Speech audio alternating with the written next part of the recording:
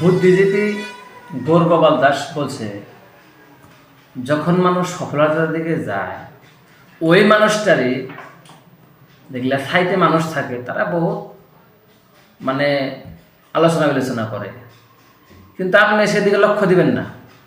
আপনার লক্ষ্য হলো গন্তব্যস্থান পাওয়া লাগে, আপনার সফলতাটা পাওয়া লাগে। কিন্তু আপনাকে নিয়ে মানুষ বহুত ওই মানুষগুলো বহুত আপনার সমানসী